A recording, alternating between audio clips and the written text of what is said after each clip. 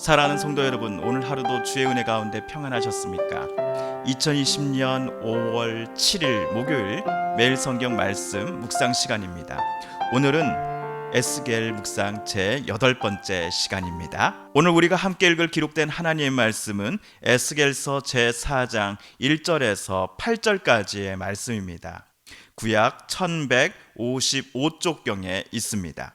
너 인자야 토판을 가져다가 그것을 내 앞에 놓고 한 성읍 곧 예루살렘을 그 위에 그리고 그 성읍을 에워싸되 그것을 향하여 사다리를 세우고 그것을 향하여 흙으로 언덕을 쌓고 그것을 향하여 진을 치고 그것을 향하여 공성퇴를 둘러 세우고 또 철판을 가져다가 너와 성읍 사이에 두어 철벽을 삼고 성을 포위하는 것처럼 에워싸라.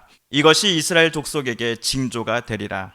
너는 또 왼쪽으로 누워 이스라엘 족속의 죄악을 짊어지되 내가 눕는 날수대로 그 죄악을 담당할지니라. 내가 그들의 범죄한 해수대로 내게 날수를 정하였나니 곧 390일이니라. 너는 이렇게 이스라엘 족속의 죄악을 담당하고 그 수가 차거든 너는 오른쪽으로 누워 유다 족속의 죄악을 담당하라. 내가 내게 40일로 정하였나니 하루가 1년이니라. 너는 또 내 얼굴을 에워싸인 예루살렘 쪽으로 향하고 팔을 걷어 올리고 예언하라.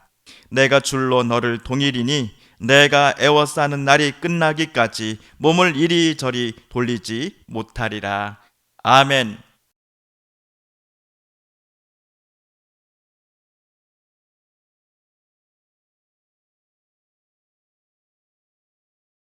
언어를 사용하지 않고 몸짓과 표정만으로 뭔가를 표현하고 또 연기하는 분들이 계십니다.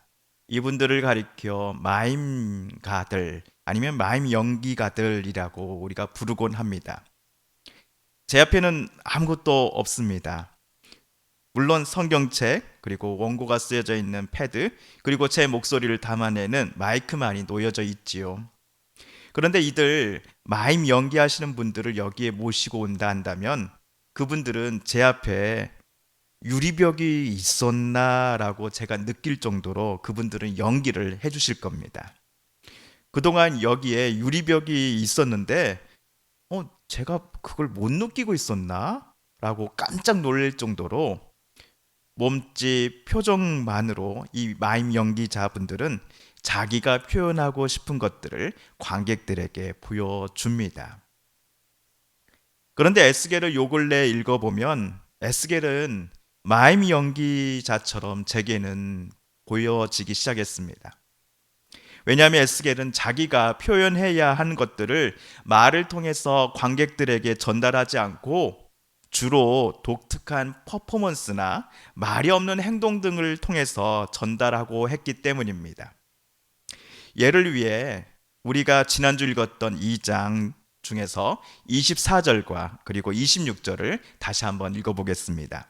주의 영이 내게 임하사 나를 일으켜 내 발로 세우시고 내게 말씀하여 이르시되 너는 가서 내 집에 들어가 문을 닫으라. 내가 내 혀를 내 이천장에 붙게 하여 내가 말 못하는 자가 되어 그들을 꾸짖는 자가 되지 못하게 하리니 그들은 패역한 족속임이니라.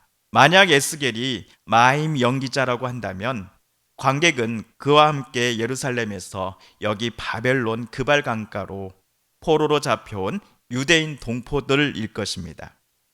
그리고 마임 연기로 진행되는 연극의 총 감독 또는 연출은 에스겔을 그발 강가에서 만나주신 하나님이십니다.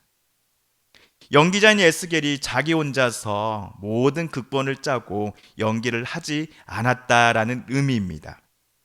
하나님께서 극본을 미리 작성하여 에스겔에게 이렇게 연기를 해달라고 요청을 하시면 에스겔은 자기 고집이나 경험이 아닌 연출가인 하나님의 의도에 따라 전적으로 순종하며 연기를 했습니다. 그런데 이 연기자가 말을 사용해서 남들에게 전하고 싶은 속마음과 대사를 표현할 수 있다면 이것만큼 편하고 쉬운 방법이 어디에 있겠습니까? 하지만 요 근래 하나님께서는 연기자 에스겔에게 마임 연기를 연속해서 요청하고 계십니다. 하나님께서는 에스겔을 그의 동포들을 위한 파수꾼이요 선지자로 부르셨다는 것을 우리는 잘 알고 있습니다.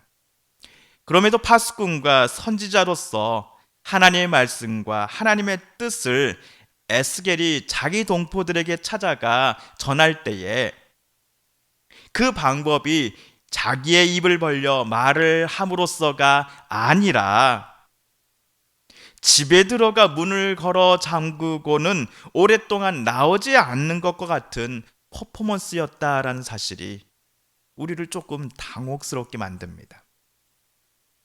또한 말 못하는 사람처럼 한마디도 남들에게 말하지 않는 것이었습니다. 에스겔로서는 여러모로 마음이 답답했을 겁니다.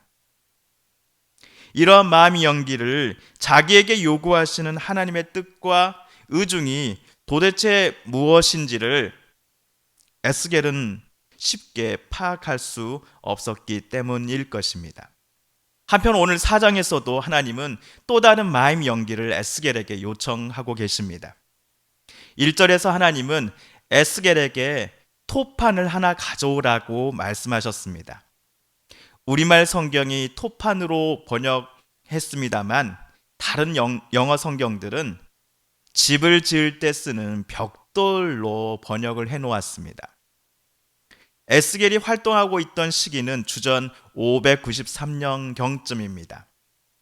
그 당시에는 요즘처럼 종이가 아니면 컴퓨터가 없었기 때문에 개인과 개인 사이의 중요한 계약서라든지 문서 작업 등은 벽돌 또는 기아장에다가 끝이 날카로운 칼 같은 것들을 이용해서 새겨 놓았습니다.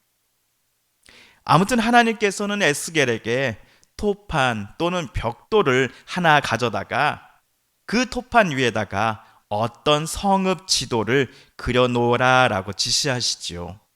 그 성읍이 어디였습니까? 예루살렘이었습니다.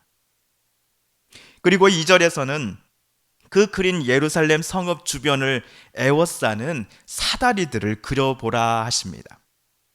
또한 성읍 외곽을 모두 둘러싸고 있는 흙으로 형성된 언덕들을 그려놓으라 하시지요. 언덕들 곳곳에는 군사들이 텐트를 치고 있고, 그리고 성 외곽 곳곳에 보면 공성태를 새겨놓으라라고 지시하십니다. 여기서 공성태, 이것은 두껍고 긴 통나무와 같은 것에 못이나 쇠조각들을 박아놓은 무기를 가리킵니다.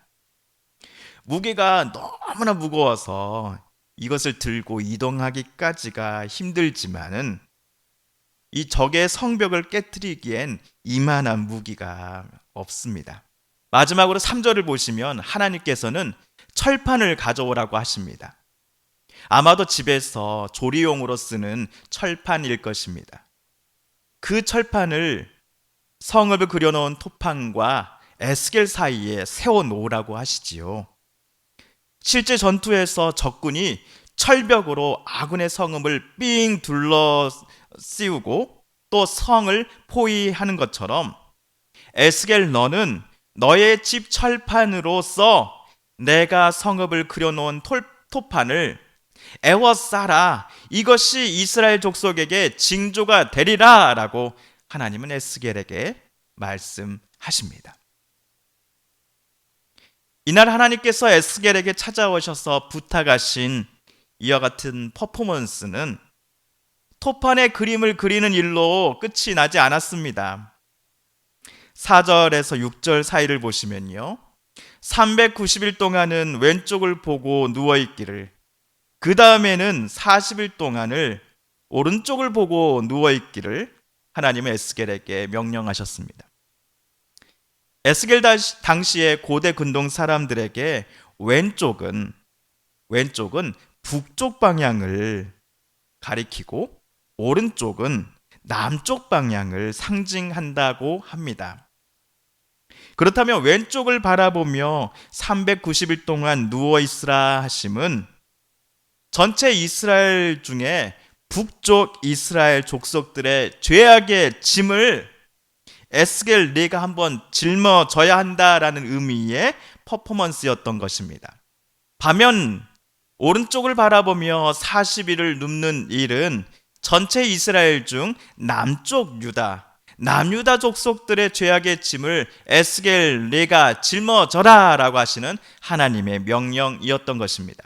물론 에스겔이 짊어져야 할 짐들의 날들, 한쪽은 390일, 또 다른 쪽은 40일, 이 날들이 정확하게 역사적으로 어느 날, 어느 사건을 가리키는지에 대해서는 학자들마다 의견이 제각각입니다.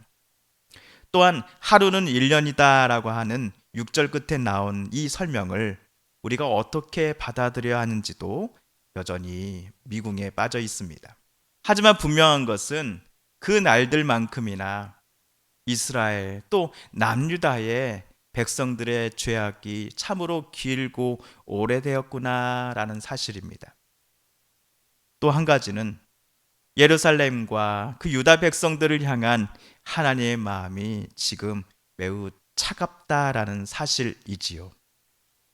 하나님께서 오늘 에스겔에게 하라고 명하신 이 퍼포먼스들은 예루살렘의 약 5년 후면 닥치게 될 무서운 심판에 관한 것들이었기 때문입니다.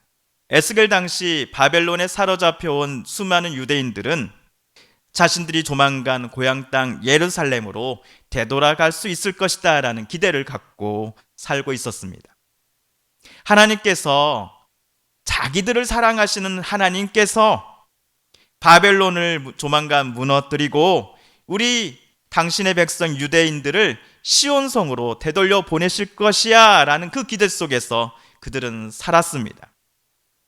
하지만 하나님께서는 그런 기대들이 헛된 것들임을, 틀린 것임을 그들에게 오늘 에스겔에게 독특한 행동들을 통하여 분명히 보여주고 계십니다. 7절 8절을 다시 한번 읽어보겠습니다. 너는 또 내 얼굴을 에워싸인 예루살렘 쪽으로 향하고 팔을 걷어 올리고 예언하라. 내가 줄로 너를 동일이니 내가 에워싸는 날이 끝나기까지 몸을 이리저리 돌리지 못하리라. 팔을 걷어 올리고 전투 현장으로 뛰어가는 군사처럼 하나님은 에스겔에게 에워싸인 예루살렘을 향해 예언할 것을 지시하십니다. 에스겔 당시 유대 동포들에게 평화와 위로 또는 회복의 말씀을 전하라고 하나님께서는 에스겔을 보내시지 않았습니다. 곧 닥쳐올 예루살렘 성의 에워싸임, 또한 파괴와 수많은 이들이 죽어가고 포로가 된다라고 하는 예언이 모두 성취될 때까지 하나님은 에스겔을 하나님의 연기자로, 하나님의 예언자로 사용한다 하십니다. 하나님께서 손수 묶으신 줄에 에스겔은 붙잡혀서는 앞으로 평생 동안 하나님이 전하라 하신 뜻과 의중만을 전해야만 할 것입니다. 며칠 전 저는 이러한 하나님 말씀과 뜻을 에스겔이 제일 먼저는 자기와 함께 이곳 바벨론으로 포로 잡혀온 유대인들에게 전할 것이다 라고 말씀드린 바 있습니다.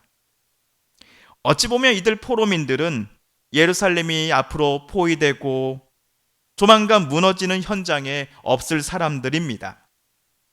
그럼에도 이들 바벨론에게 잡혀온 이들에게 위와 같은 독특한 퍼포먼스를 에스겔 보고 행하라고 명령하신 하나님의 의도는 무엇일까요? 아마도 이들 포로로 잡혀온 이들이 회개하고 하나님께 되돌아오라는 하나님의 마음을 전하기 위해서일 것입니다. 조상 또는 남의 잘못 때문이 아니라 바로 자기 자신들의 죄악과 악함 때문에 하나님을 멀리하고 강팍한 마음으로 살았기 때문에 그들이 이곳 바벨론으로 사로잡혀 오게 되었음을 깨닫고 하나님께 용서와 은혜를 얻고자 하나님께 되돌아가기를 하나님은 이들에게 간절히 원하셨던 것입니다. 심판 자체를 하나님께서 원하신 것이 아니었습니다. 어떻게 해서든지 많은 사람들이 그들의 강팍한 마음을 열고 선지자들의 외침을 들어 하나님께 되돌아와 영혼은 물론이요 그들의 몸도 구원받기를 하나님은 원하셨기 때문이었습니다. 그렇다면 이러한 하나님의 바램을 에스겔 당시의 포로민들 그리고 예루살렘에 남아있는 에스겔의 동포들도 깨닫게 되었을까요? 이들의 마음, 이들의 또한 태도에 대해서는 앞으로 우리가 읽을 에스겔 묵상을 통해 좀 더 살펴보도록 하겠습니다. 사랑하는 성도 여러분, 오늘 우리 에스겔 말씀 묵상 제 8번째 시간이었습니다. 오늘 말씀 묵상을 통하여 하나님께서 저와 여러분에게 주시는 하나님의 음성은 무엇이었습니까? 하나님의 도전과 하나님의 우리에게 말씀해 주시는 그 음성은 무엇이었습니까? 우리에게 주신 그 하나님 말씀, 음성 기억하며 이 시간 우리 함께 기도하겠습니다.